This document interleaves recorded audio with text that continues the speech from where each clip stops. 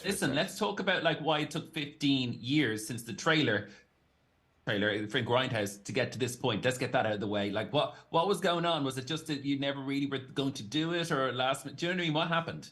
Well, it was longer than that. It actually started when I was 12 years old with my best friend Jeff, growing up in Massachusetts, dreaming of making a Thanksgiving slasher film because it was the only holiday not done, and it's the biggest holiday there is in Massachusetts because that's where the dinner took place. So Grindhouse was an excuse for us to just take the kills we had already thought of and just string them together without having to figure out the plot. And once we did the trailer, we're like, great, we're done. I don't even have to make the movie now. It's perfect. But then the fans started bugging us year after year, and we thought, man, we really should do this, but we didn't know what it was about until we started seeing these Black Friday trampling viral videos where all these superstores, the gates would go up and people would just, they go to dinner and say they're so thankful, we don't need anything, just our family and our health, and then they kill each other for flat screen TVs and electronics and waffle irons. So that gave us the theme of the movie and the inciting incident to hang the film on. We thought, okay, yeah, all these movies start with an accident or a murder, and then a certain amount of time later, everyone connected to it's getting picked off, and we're trying to guess who the killer is. So once we had the Black Friday riots as our opening, the rest of it pretty much fell into place. And Jeff spent a long time just working out the mechanics of the plot.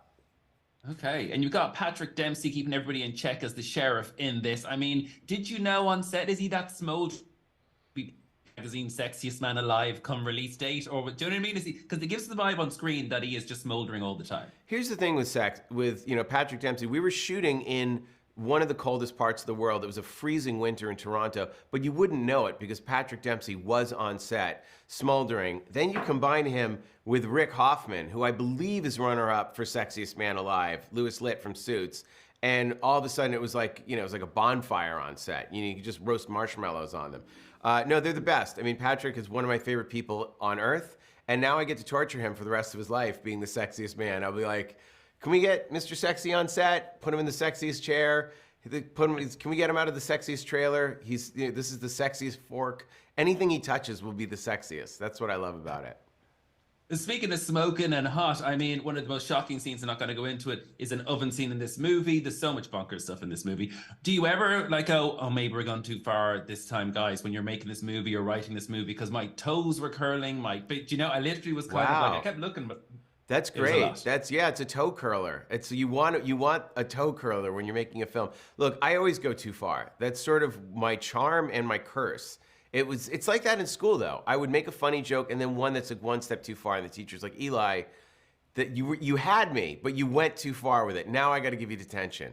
I always think if you're more smart and clever than you are offensive, you can get away with it. But I'll film everything. Like, I go as far as I can because I have no off switch. I'm just like, great, this is amazing. But the audience will tell you. If the audience is cheering, it's like when you're eating your dinner, your Thanksgiving dinner, and you have a plate and you have seconds, you're like, okay, I'm full. Oh, I just want a little bit more, and you feel sick. You don't want that. You want people hungry for dessert. And the audience tells you, when people are cheering and applauding and going crazy, they're with the movie. If they're like, ugh, that's not good. If they check out of the film, you don't want that. So that's the editing process for me. It's just like figuring out it's too much of a good ingredient can actually spoil the whole meal. Oh, love that. On that note, thank you so much for talking to us, Eli. Congratulations on Thanksgiving. Thanks, Sean. Toe